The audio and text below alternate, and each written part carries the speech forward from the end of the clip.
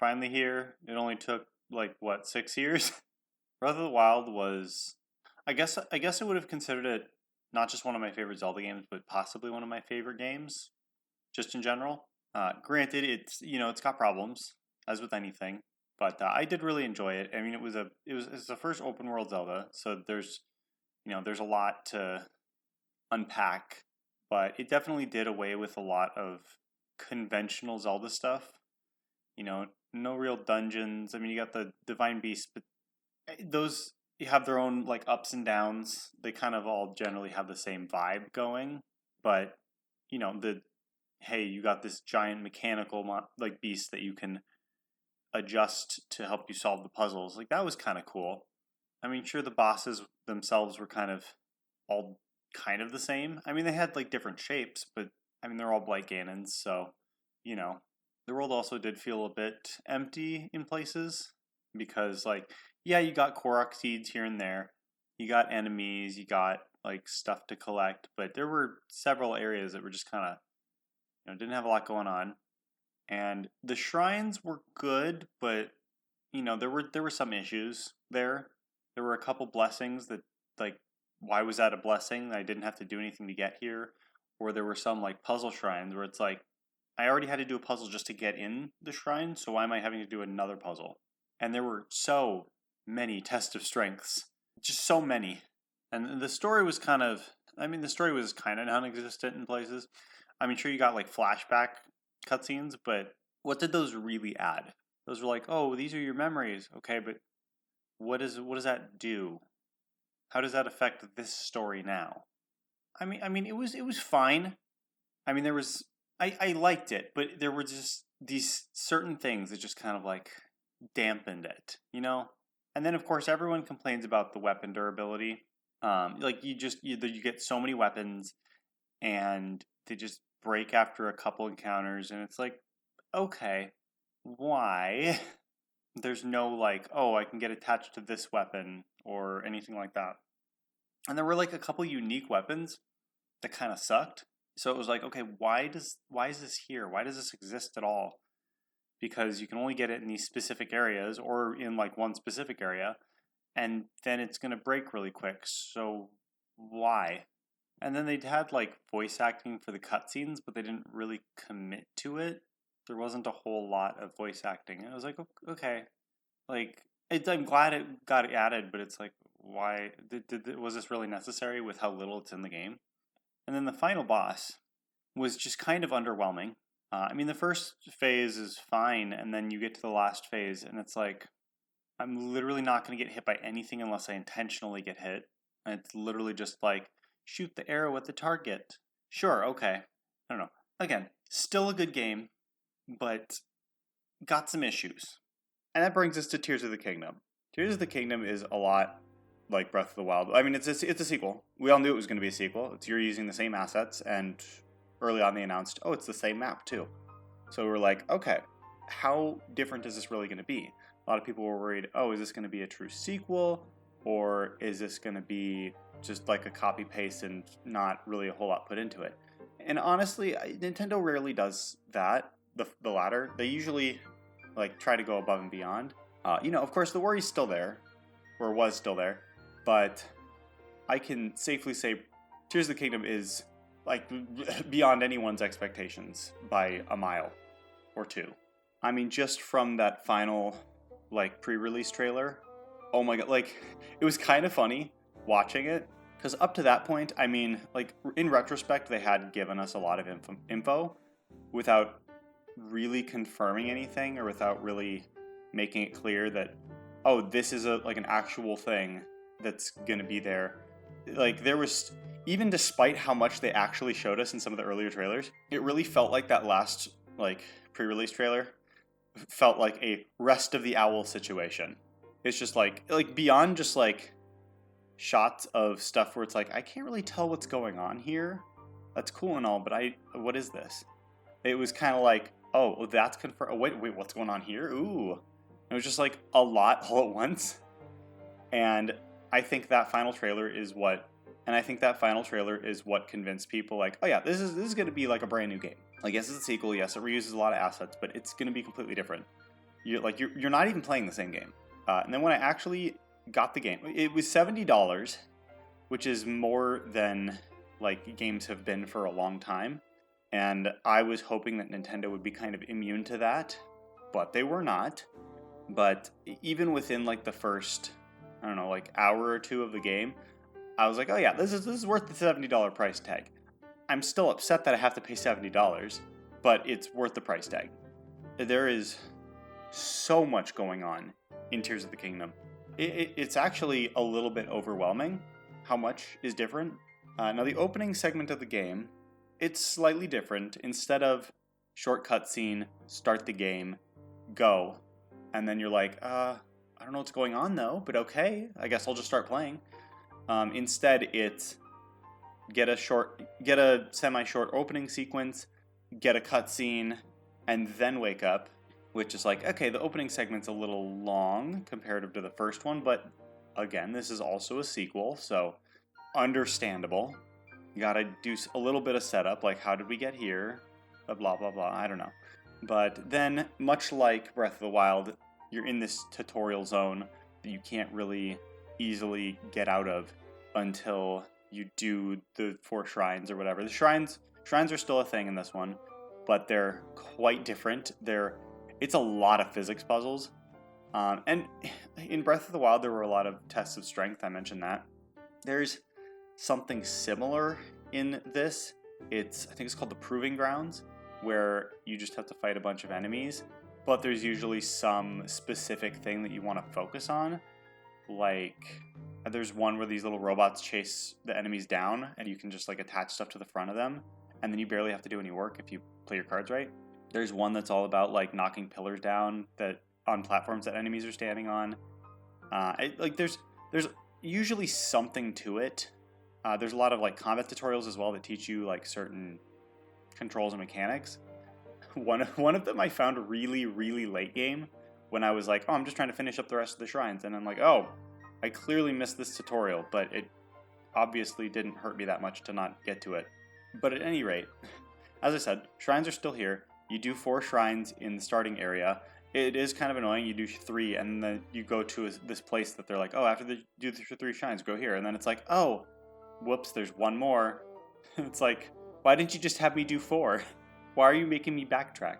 But quickly in the tutorial area, I realized Koroks are still a thing in this one. But there's also a new Korok puzzle that's going to be the most frequent one, as far as I can tell, which is you find a backpack Korok who's like, I got separated from my friend, can you bring me there? And then you just bring him there, and then you get 2 Korok seeds from it, which is kind of nice, except sometimes the Korok puzzles, where you have to bring one to the other, are kind of a lot of distance to cover. And then it comes into play with some of the new abilities, which I guess I should talk about now. But before I get to that, the backpack Koroks are where you're seeing a lot of Korok crucifixions and torture, and I think I saw like a bunch of Koroks being spit roasted at one point, like over a fire. It was so funny.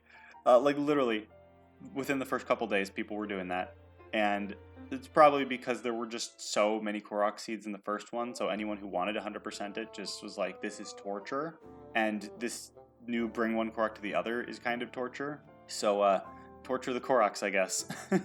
But at any rate, the Koroks, you still use them to upgrade your inventory, but gotta find Hestu again, and yada yada.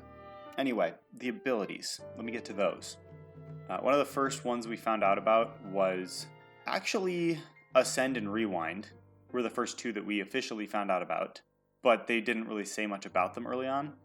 So I'll skip to the one that we actually got to see more in depth about, which actually I think they were all kind of shown in the Aonuma gameplay demo. Either way, let's talk about Ultra Hand, because that's going to be the one that you're going to be using the most. Unlike Breath of the Wild, where a lot of the abilities were kind of very specific use. Bombs were kind of useful in a lot of places, but they didn't do a lot of damage, so they weren't really reliable weapons in most cases.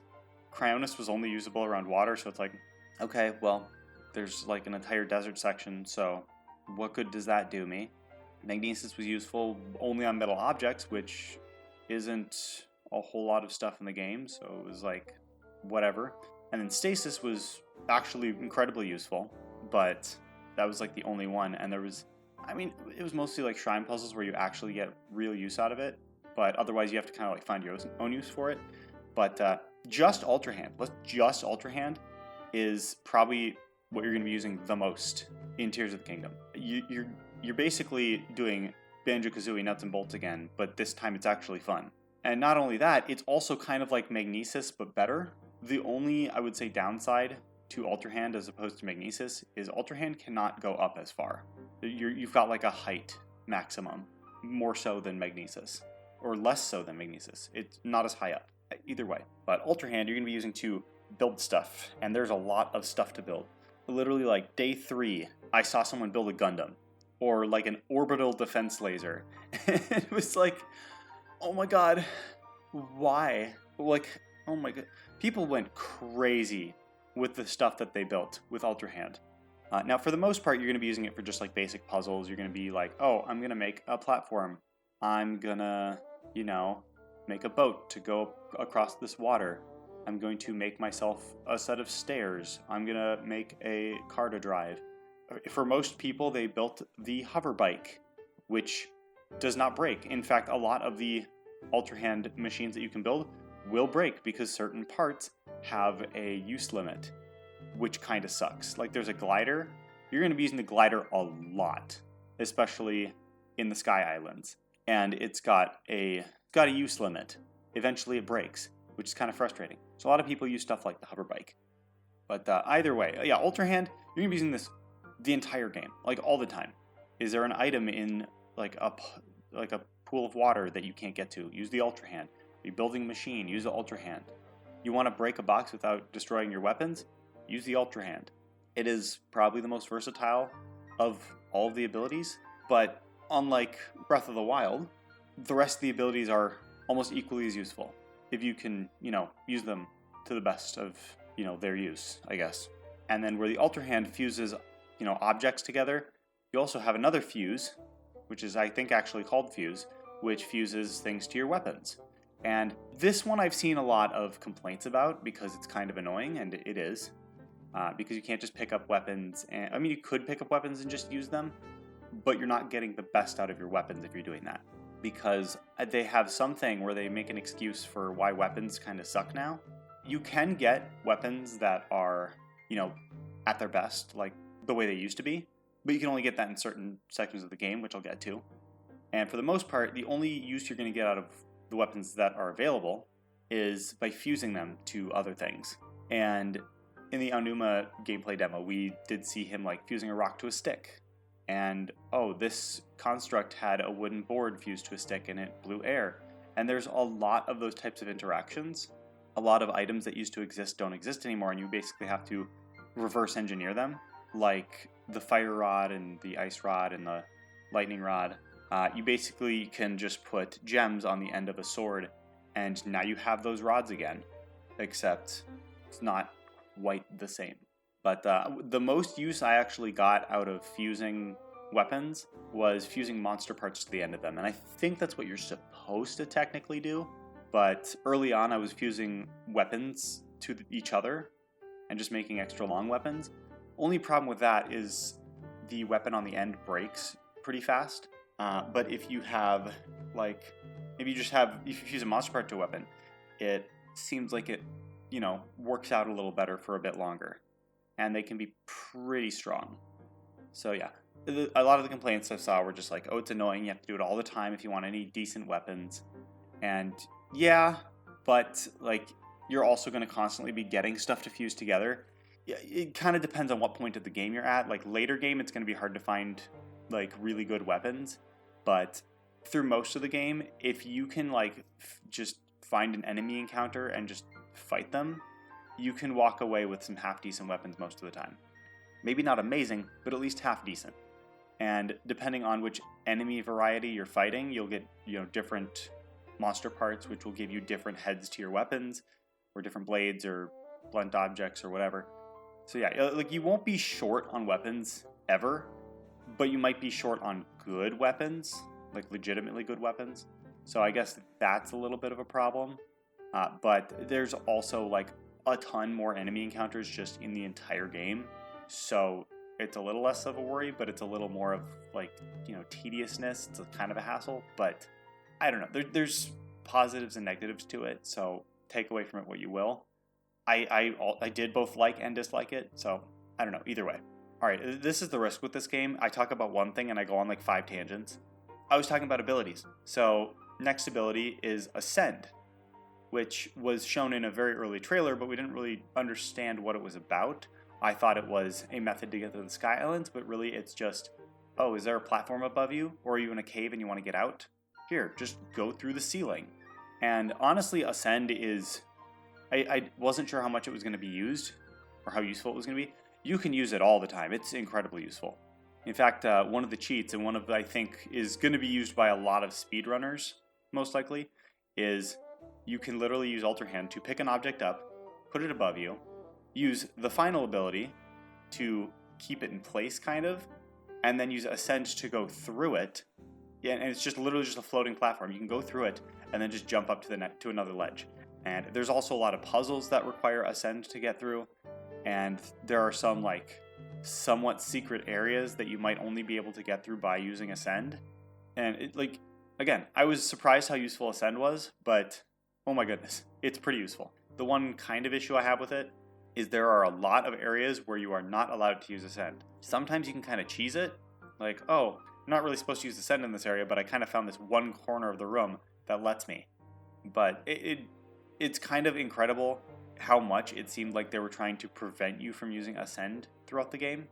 So it's very useful, but kind of annoying how much they try to get you not to use it. And then there is Rewind, which again was shown very early on, and as soon as we saw it, it's like, oh, I know exactly how this works. It basically just lets you take an object momentum and reverses it. You can only use it on objects, you can't use it on enemies like you could with stasis. But like, let's say an enemy throws something at you, you can throw it right back at them. Or, like I said, if you want to make a platform in the air, you can lift an object up with Alt or Hand, drop it back down, use Rewind, it'll float in midair for a second, and then you can use Ascend to go through it and make a floating platform, temporarily.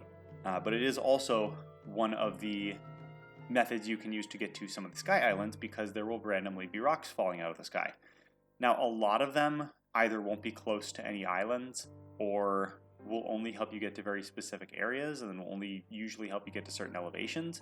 But there's still a lot of ways you can use Rewind.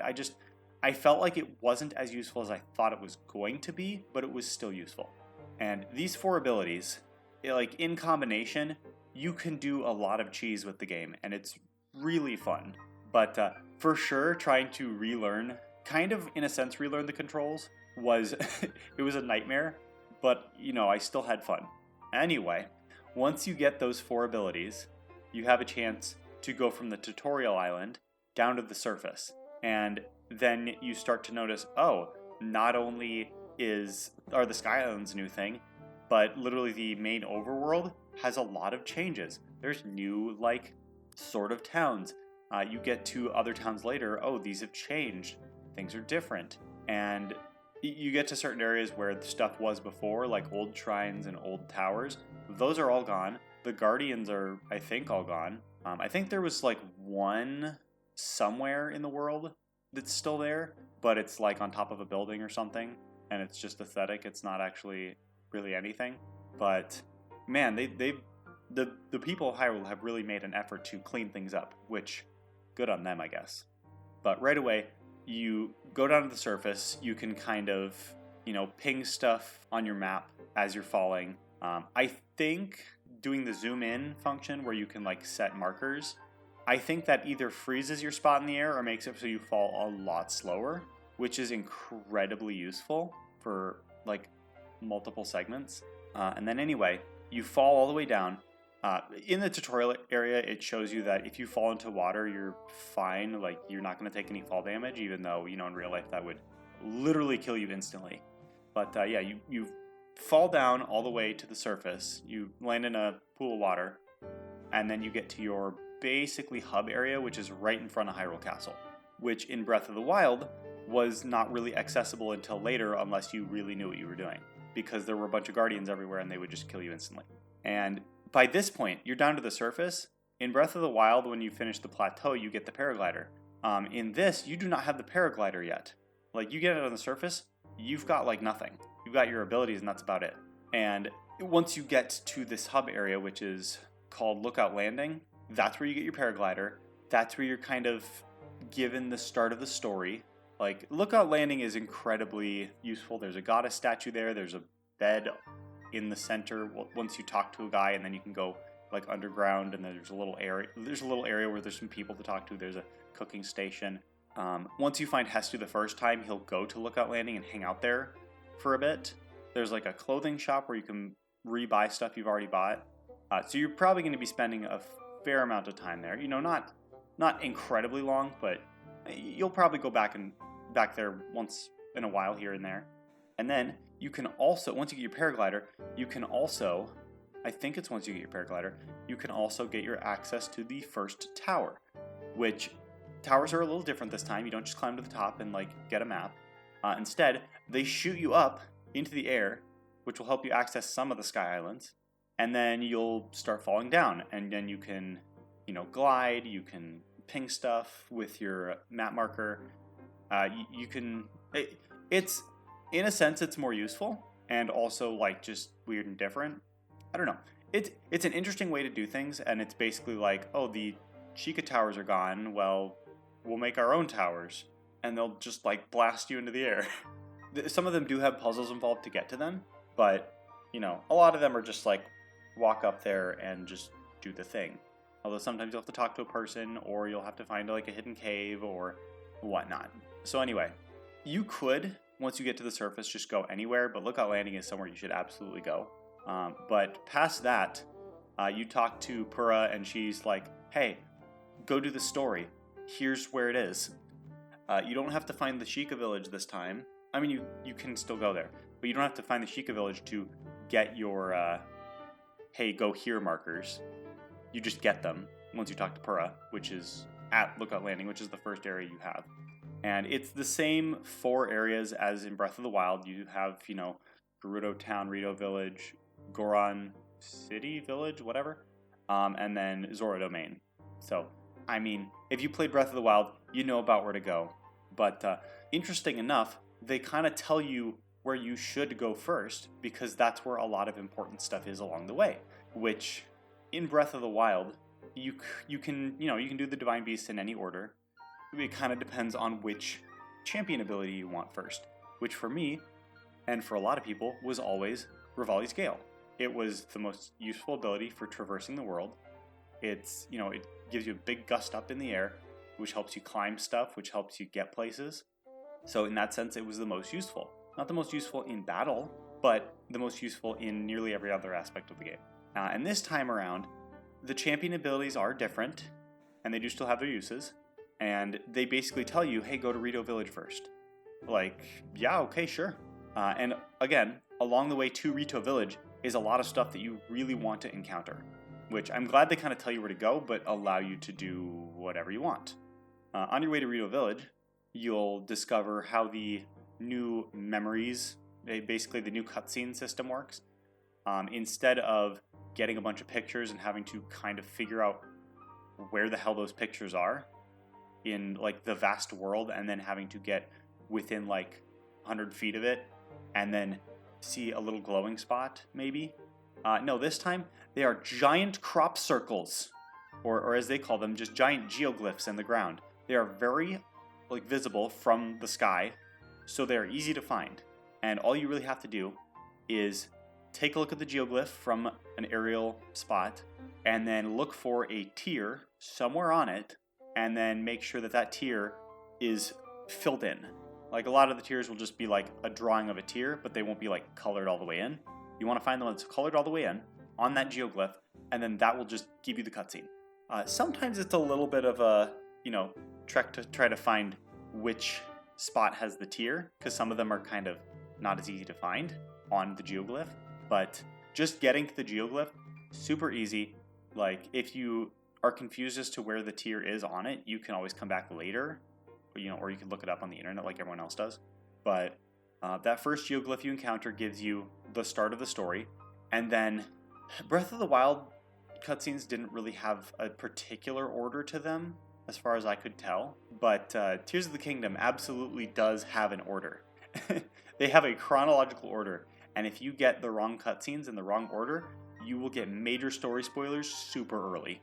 So I would get that first one, then from then on, mark them on your map, and then when you're ready to see the story at any point in the game, go to them in the correct order after you look it up.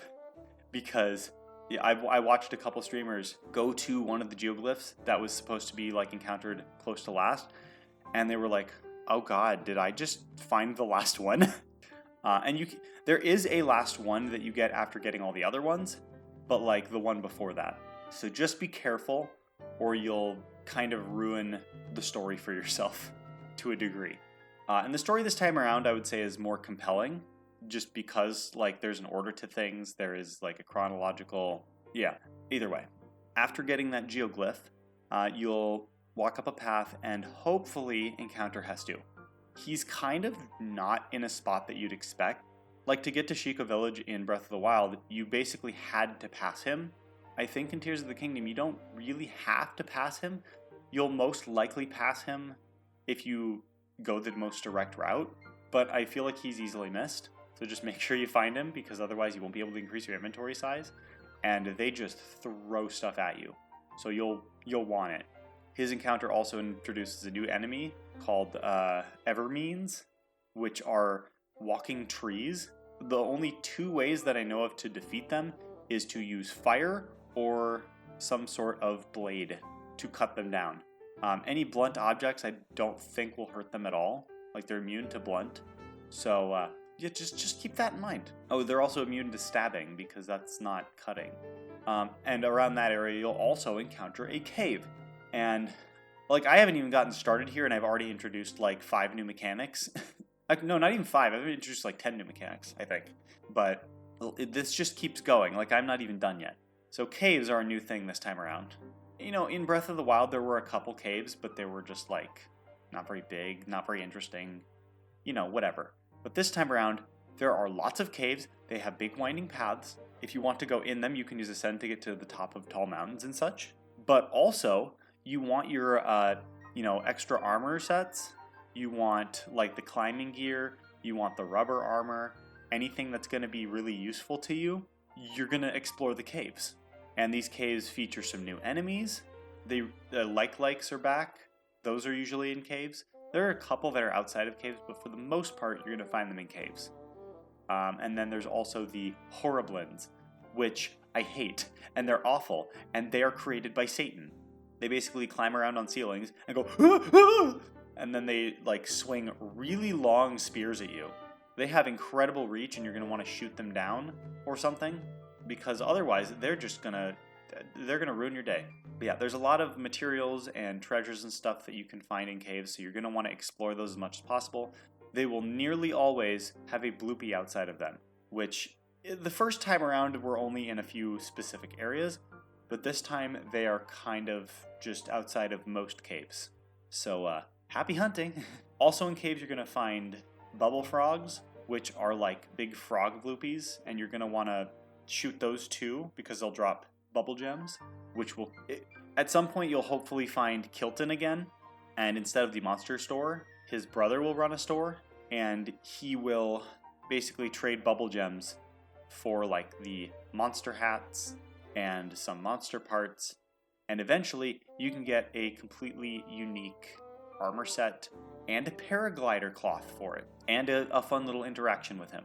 And yeah, paraglider cloths are a thing too. There's a lot of options. You basically just have to do side quests and take pictures of monsters, and then go to Hateno Village. And anyway, as I was describing the path to Rito Village with a bunch of very important stuff that you should definitely encounter, you'll eventually get close to Rito Village, and you'll find a stable that is no longer a stable. It is now the Lucky Clover Gazette, which is a newspaper, and then you'll get I would say one of the more fun quests throughout the game, in which you partner up with a Rito pelican, I think. I'm not really sure what type of bird he is. I think he's a pelican. But at any rate, you'll basically, once you get this quest, you'll basically go around to all the different stables in the regions, not in the region, I guess, in like the entire map. And you'll find him, and then he'll be like, we're looking for Zelda. Where is she? Has anyone seen her around here? And then you'll basically find a side quest to do, and then you talk to him again, and he'll give you money. And eventually, you'll also get the frog armor, which keeps you from slipping on sticky surfaces. The only downside being that it doesn't actually make you go any faster. I think it would have been better to go faster on sticky surfaces and prevent you from slipping, because you can only climb so far while, sticking to something before you slip anyway, which is kind of frustrating. I don't know for sure what the armor set bonus does. I would hope that it makes it so you stick completely to sticky surfaces and not slip at all, but I didn't upgrade it that far, and also it's one that you'll get kind of late in the game probably, unless you specifically go around to each of the stables like really quickly before doing anything else. There is always a shrine next to stables, so just keep that in mind. And then also along with that side quest, by going around to different stables, you'll find the musicians. I think they're called the stable trotters, something like that. And you have to find each of the stable trotters and over the course of their side quest, and they help you unlock the great fairies, which this time around you can't just find them and give them money. No, this time you have to find them, then you have to find the stable trotters. Well, you don't really have to find them, you have to find one of them, and then they just put sections around the map, like put markers around the map that say, hey, here are the great fairies, which is kind of nice. But they're all near stables, so that's kind of convenient. But they're also just far enough away that it's kind of annoying to get to them. But anyway, yeah, you have to find the stable trotters, then you have to do their side quest, then you have to go talk to the stable trotters at the stable that they're at, then you have to bring them to the Great Fairy using an Ultra Hand vehicle of some kind. I would say the Great Fairies this time are a lot more annoying. Once you actually go talk to them, you don't have to pay money to open their buds up this time, which is nice, but to upgrade your armor, you not only have to have all the materials, but you also have to pay them money, and you have to pay them increasingly more money the higher you upgrade your clothing. And there's this armor that you get from doing all the shrines in the game. Like in the first one, it was the wild set. This time around, it's one single armor piece with the highest defense that you can get in the game, like even with a full set of armor. Like the Champion's Tunic and the Hylian hood and trousers, even they don't stack up to how much defense you can get from this thing. But the problem is that in order to fully upgrade it, you have to get an obscene number of really tough monster parts. Like you need Lionel horns, like a lot of Lionel horns to upgrade it, I think, to its last level, I think.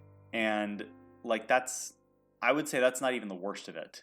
Well, anyway, now that I'm done explaining the trip to Rito Village, let's talk about some of the new enemies. So much like before, you have like color variations of different monsters. For Bokoblins, it's red, blue, black, white, and whites are the toughest ones to. Or no, are they white or silver? I think they're called silver. The silver ones are the hardest to beat. They have big health, big damage. They're just kind of annoying. You have that with nearly every enemy type, except for like a couple like mini bosses. I'm pretty sure like everything from Breath of the Wild is still here. You got Moldigas, you got Hinoxes, but there's a new enemy called Boss Bokoblins, which you'll usually see them surrounded by Bokoblins, and it's basically just a horde of enemies. And the Boss Bokoblins drop some really good monster parts that will be good for weapons, but they're annoying. They're annoying to fight, especially when you find the white ones, or the silver ones. I keep trying to call them white, because they look white, let's be honest. But the silver Boss Bokoblins, because they just got so much health. I gotta say, I'm still not a fan of big damage sponges. Really not into that, and there's a lot of that this time around. But if you find any silver enemies, they're going to give you some really, really good stuff, especially for your weapon. And like I said, in order to get that best armor set that you get from doing all the shrines, which now there's 152, I think, instead of 120. Oh my god, it's kind of irritating how many shrines there are. But in order to upgrade that armor piece all the way, you're going to need silver Lionel horns. And the step below that, I was talking about new enemies. Let's talk about Gleeoks, which I think were a Zelda 1 enemy. Like, literally the first Zelda game, they were like a boss in there. And the Gleeoks are kind of a nightmare, honestly. Each one kind of has different... How do I explain it? They have like different attack patterns. You've got... The Gleeoks have different elemental attacks. So you got a fire one, a lightning one, and an ice one. But in order to upgrade the best armor set, you need a bunch of Gleeok parts. So you basically just have to go and fight a bunch of mini-bosses. I mean, you need Hinox guts as well for the first set. And the problem is with all the upgrade materials, you need 9 of each at each stage. Which, you know, some of the armor sets are annoying to upgrade. That one is just obscene how annoying it is. And it doesn't look the best. I feel like it could look a little better, but... You know, I don't know. It just... Some of the upgrading is ridiculous already, and then you gotta pay extra money for it. It's just like... Not that money is incredibly hard to come by, but it's just annoying. Alright, anyway. What else do I talk about? Moving back to Lookout Landing, there is a section really close to it where you get a side quest. And you'll notice where the side quest is as you're falling to the ground, most likely. There is a giant pit to hell in the ground. Which, at first, you're like, huh? What is this? And you go down there. I don't know how they managed to show it, but keep it still secret until release. Not only do you have your base map from the first game with a bunch of changes, not only do you have a big Sky Island map, which, I mean, the Sky Islands don't add a whole lot of ground, but it's enough. You also have an entire underground section called the Depths that is the size of Hyrule. It is the size of the base map, and it's just underground. And this place, oh my god, is a nightmare to traverse. But you're still going to want to do it. Now, the Depths are kind of special because they're super dark, they're covered in gloom, which will sap your maximum health. It won't do damage to you, it will sap your maximum health. You've got enemies that will do the same. There are new enemies that are not on the surface.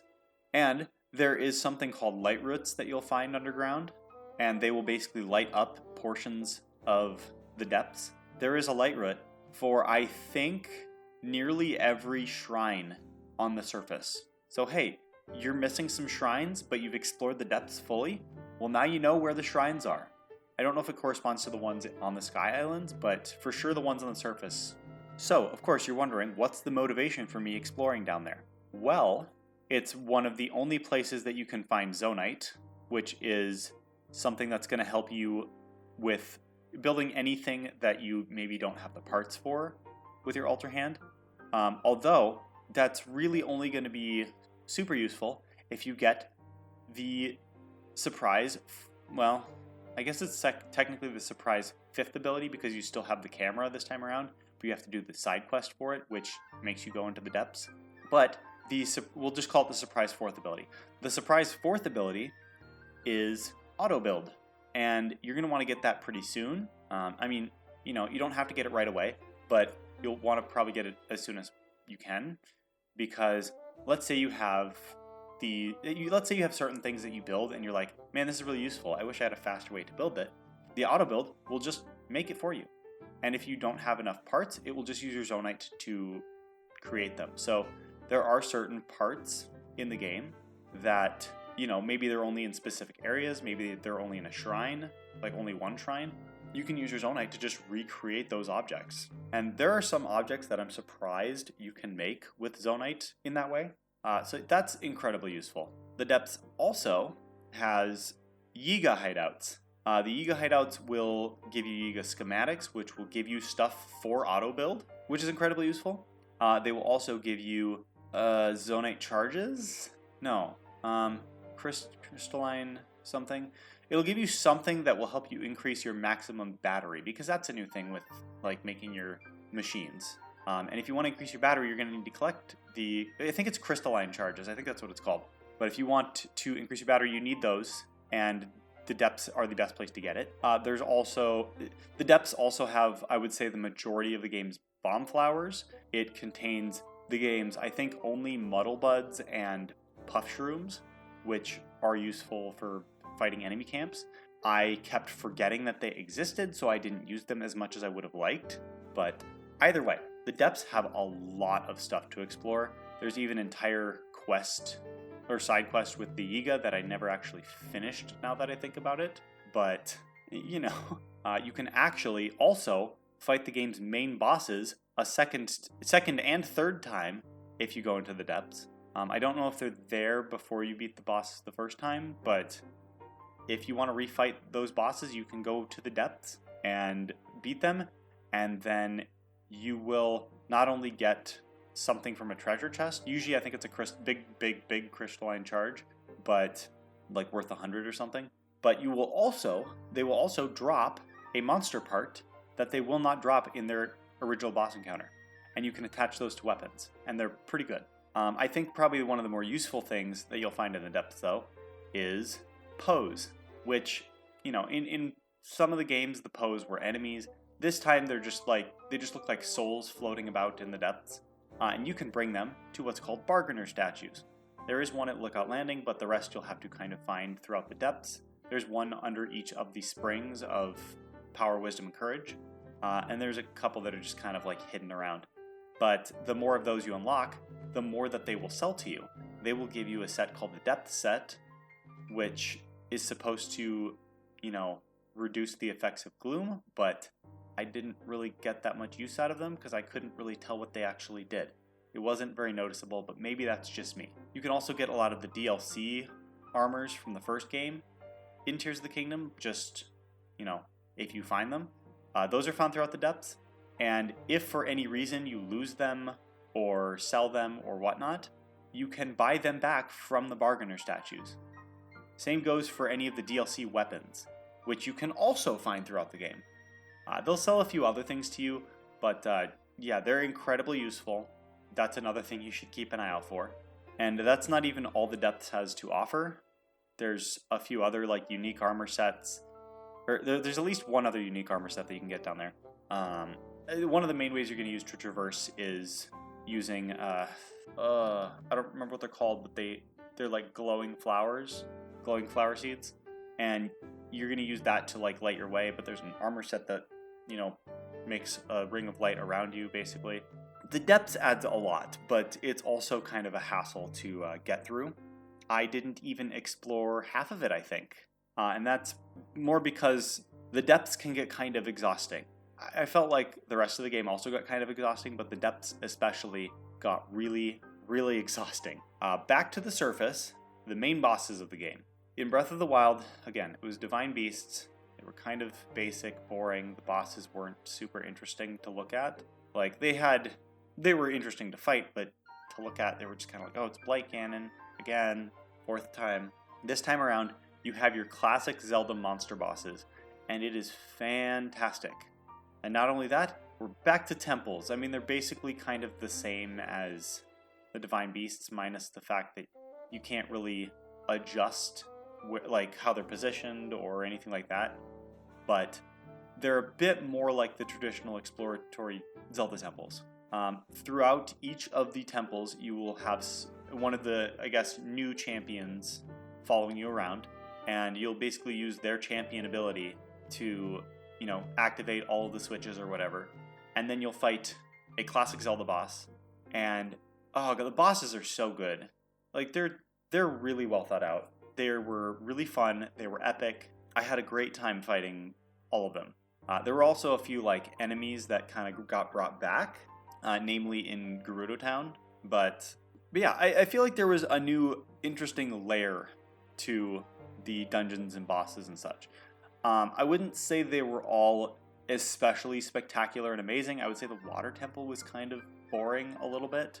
I mean, not awful, but not incredibly exciting. Yeah, unlike the first game, where in a lot of cases it was kind of hard to notice what the problem was that was caused by the Divine Beast.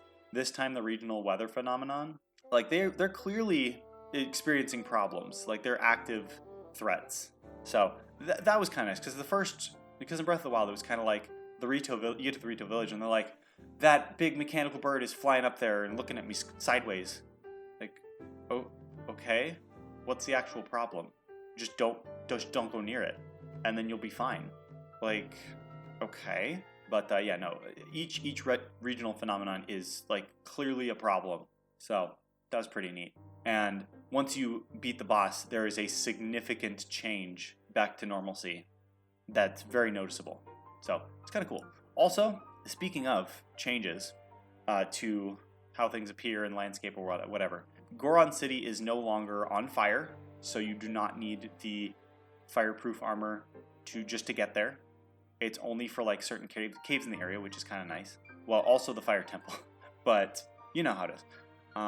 After you finish each of the dungeons and dungeon bosses, you will again get a champion ability, but this time around, they will give you a little ghost follower to basically act as the intermediary to activate their abilities.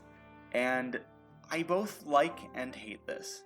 You know, on one hand, they help you in combat, which is kind of nice. But on the other hand, they get in the way, or they run away from you and they're hard to find, or you activate their abilities when you don't mean to, because you have to just walk up to them and press A.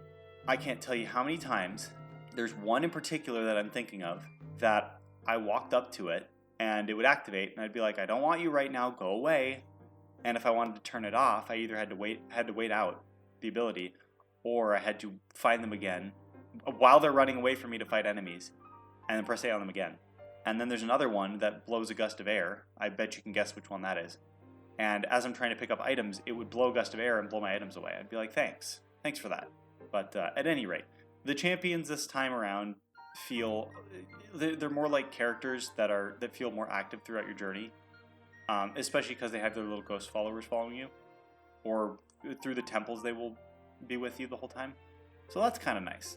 But again, the ghosts are kind of annoying, but you can turn them off if need be. But yeah, you know. And then you'll also, each time you beat a dungeon boss, you'll get that, and then also you'll get a cutscene that will add a small piece to the story. And so by doing each of the areas, you'll get them basically for the final fight. I assume it's a lot like Breath of the Wild, where if you try to go there before fighting their boss, then they won't be there to hold off one of the big enemies, and you'll have to basically refight it.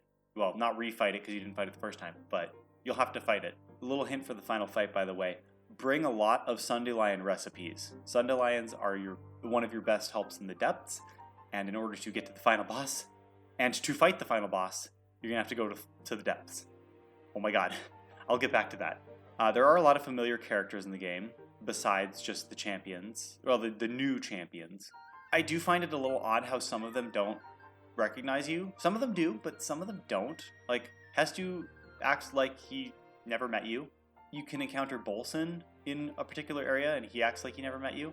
Yeah, there's a lot of people who are like, oh, Link, I know who you are. And I'm like, who are you? So there's a lot of, like, hey, I don't remember meeting you. And also, hey, I definitely remember you. You were a very important part of my gameplay last time. Why don't you recognize me? Like, because Bolson, he builds your house in the first one. Now it's Zelda's house for some reason.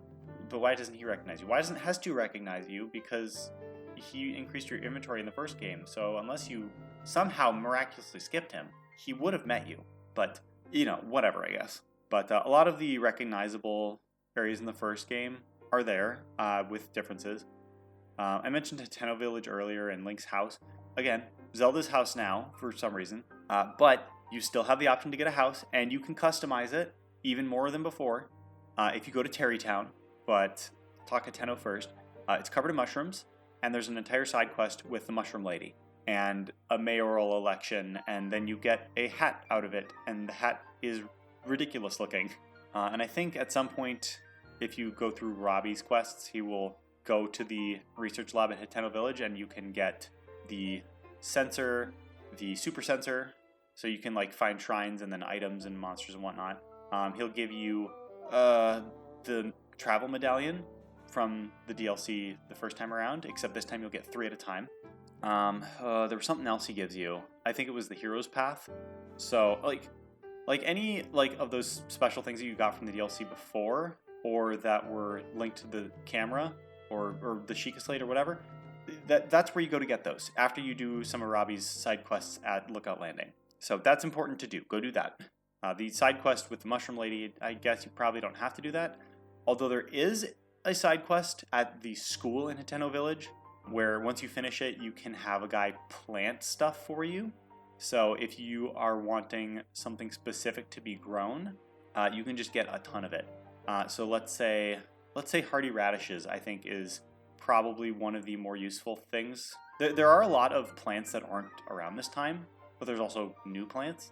But yeah, I still use it on hardy radishes. He will plant stuff for you, and you can basically just go back every like day or two, and then he'll have new ones grown.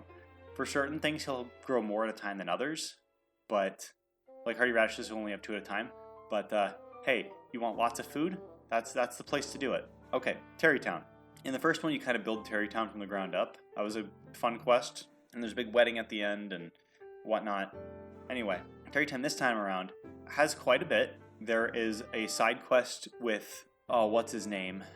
His name ends in Sun. It always does. Anyway, the guy who runs Terrytown, Hardison? No, I don't know. At any rate, he's still at Terrytown. He's still married to his Gerudo wife.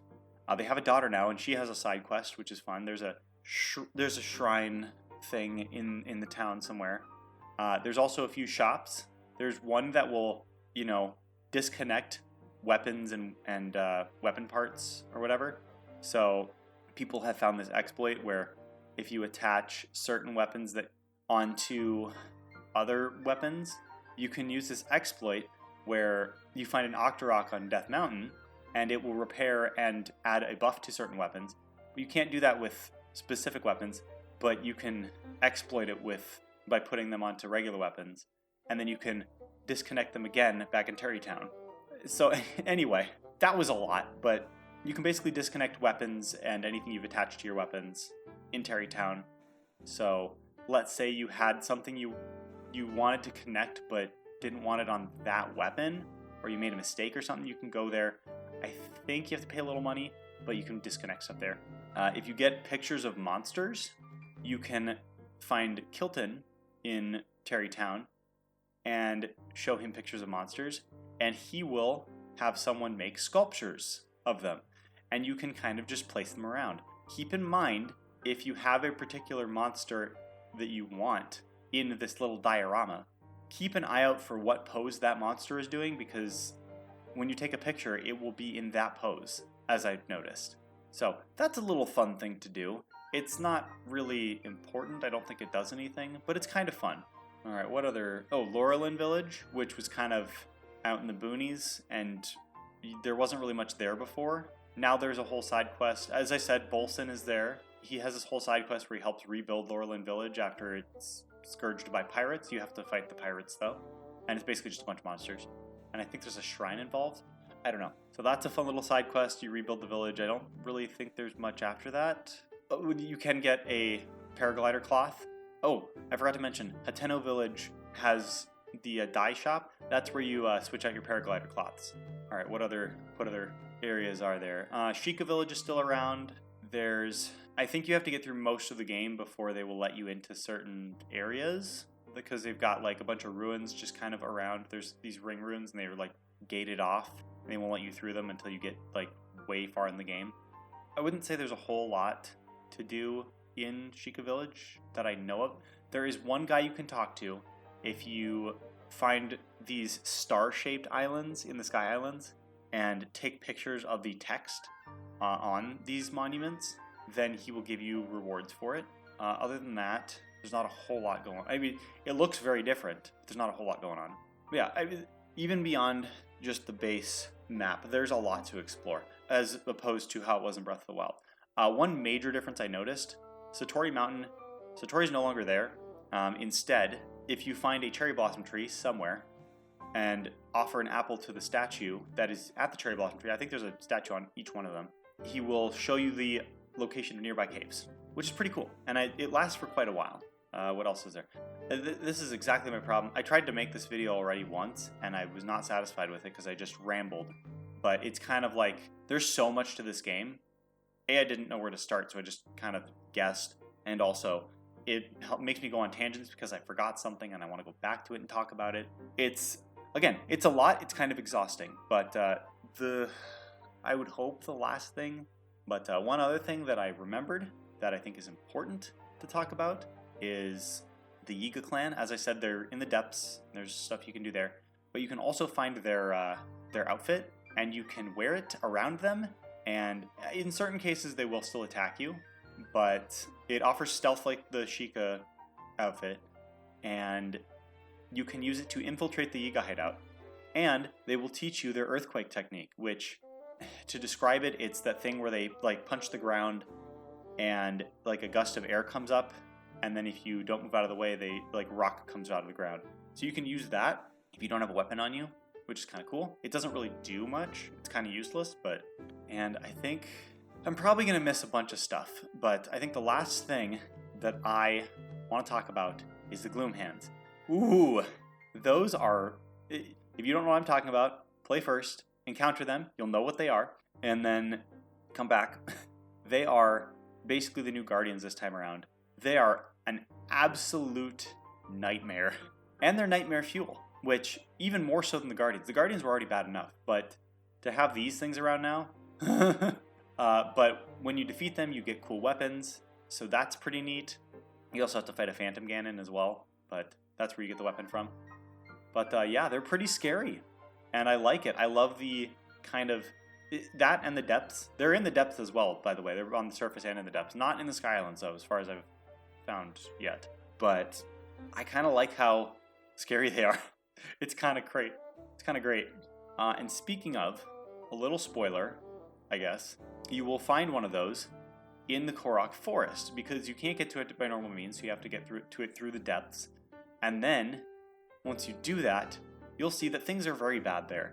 And in order to solve them, you basically have to climb into the Deku Tree, go down a pit to the depths, and then fight a Gloom Hands and a Phantom Ganon in order to fix things. And my god, that was a cool side quest. And then you need that. Well, you don't need it, but it's one of the fastest ways to find the Master Sword, which is on the newest dragon. And this time around, the dragons are kind of interesting. Instead of appearing at certain times of day and then you shoot them and they disappear, and then you have to wait till their next appearance, this time they just have certain paths that they follow. And you can basically land on them this time. Before, I don't think you can land on them, but this time you can land on them, and you can basically just, if you can stay on them for 10 minutes after you take a part from them, then you can just technically infinitely farm them, and then they'll just reactivate after 10 minutes. The only problem is that the 3 original dragons will go into the depths, so they will basically just take a straight nosedive up and down to get in and out of the depths. But the light dragon will basically fly a path above ground the whole time. And the light dragon stuff is really useful because it will heal you on each hit. So keep an eye out for that. And again, it will also have the Master Sword on it. So that's pretty cool. But if you want to be able to track the light dragon, you're going to need to do the Korok Forest first. So I could probably say a bit more about the game. I've said a lot, but I could probably say more. And I've already, without any editing, I've already been doing this for over an hour. Almost an hour and a half, geez. But I guess I'll just get my final thoughts out there. Tears of the Kingdom is a great game. It goes above and beyond Breath of the Wild. There's so much to explore. It's so fun to interact with the new abilities. It's so fun to see how old locations have changed. It's so fun to explore the new locations. And the fact that most of the DLC stuff and most of the amiibo stuff from Breath of the Wild, it's just there now, which is nice. I like that. I like the kind of return to form. I like the darker aspects that got added in. The final boss kind of is in the same situation as Breath of the Wild a little bit, where the final phase of the boss basically shoots stuff, but not really at you, just kind of around you, so that you kind of have to try to get hit in order to actually get hit, which is annoying, because, like, where's the challenge there? But the first half of the boss, oh my god, is a nightmare. It is tough. And again, bring lots of Sundaline recipes, because that's how you heal Gloom. Oof. Oh my god, it is a nightmare. But I kind of liked the challenge. But yeah, there's a lot of Tears of the Kingdom that I really, really, really, really, really liked. And in a lot of ways, it goes way past Breath of the Wild in terms of scope, in terms of how good it is. But at the same time, I found it kind of exhausting. Now, Breath of the Wild, I also can't 100% it because it's too much. But even with Tears of the Kingdom, there was a lot of stuff that I planned on doing initially before I finished And by the time I got to the point where I was at, I was exhausted. I was like, I love this game, but there's just so much. I need a break. In fact, I think I just want to finish and move on to something else because I can't just do this nonstop. It's too much. So I guess that would be probably its biggest downfall, is the fact that there is so much that it not only makes it amazing just in terms of, hey, I want to play this, I can keep playing it, but if it starts to get too much, it's exhausting, and for me, I didn't want to finish a lot of the parts of the game because I was done. I was like, I need something else. Other than that, I would say I guess the Zonai building Ultra Hand stuff, that was fine, but it's kind of like, it's an interesting new mechanic. People have done a lot with it, and that's great. But if it's not something you're really into, it's tedious, which is why the auto build is helpful. But, if you don't have auto build, or if you're trying to build something new, it's just tedious. I mean, so many people just got sick of Koroks and having to bring them places. They would just attach rockets to launch them in the general direction. That's how tedious certain parts of the game are. And especially with that makes the game extra exhausting. Again, I love this game. It's amazing. I want to say I liked it a lot better than Breath of the Wild, but I feel like at least Breath of the Wild was a bit more focused. Tears of the Kingdom is just so big. It's too big, almost. So I guess that's my biggest gripe with it. And now I want to talk about my wife's opinion, who hasn't finished the game yet, but has gotten her initial thoughts out, and so far seems to prefer Breath of the Wild over Tears of the Kingdom, which in a lot of cases I would say, really? Why? But knowing how she plays video games, like she's not incredibly skilled at video games. She doesn't play a lot of video games.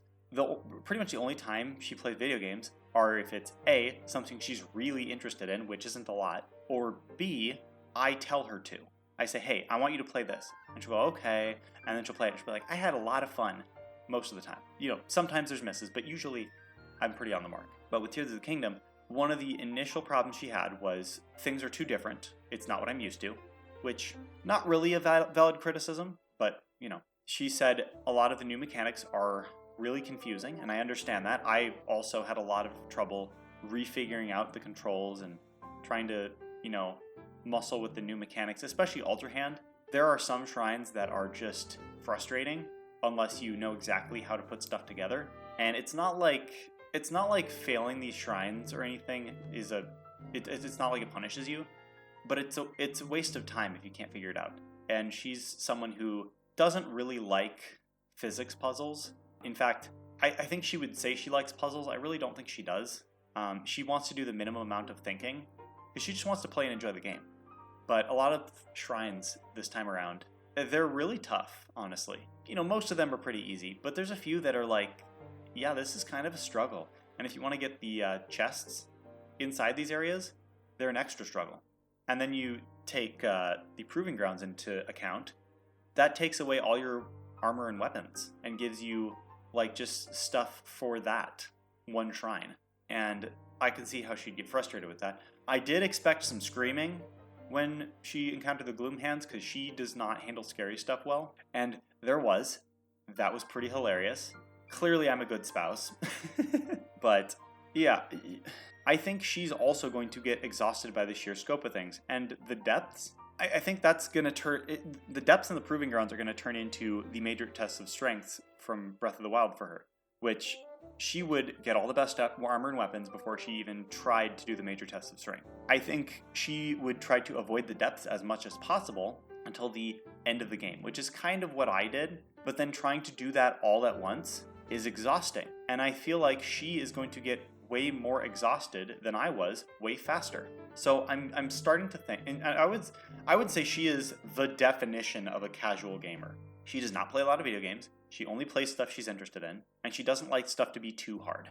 So I think for a more casual experience, Tears of the Kingdom is not that great. It is harder, it is more confusing, and because of its sheer size, it's more exhausting. And I would say I'm also kind of casual as well, but I like playing video games. I will play more video games. I will not play anything on easy mode unless I've beaten it already and I just kind of want to breeze through it to enjoy it, which isn't often. But for the most part, I like a little challenge. I like puzzles, but for anyone who's not into that kind of stuff, who wants a very, very casual experience and just wants to be able to kind of breeze through stuff, whether that be just from the game's base difficulty or from easy mode or from getting all the best stuff and then going through it, I feel like this offers fewer options in that aspect. Sure, I would say it does offer a few extra options to make things easier, but that's only if you can utilize them, and it's a bit harder to utilize them this time around.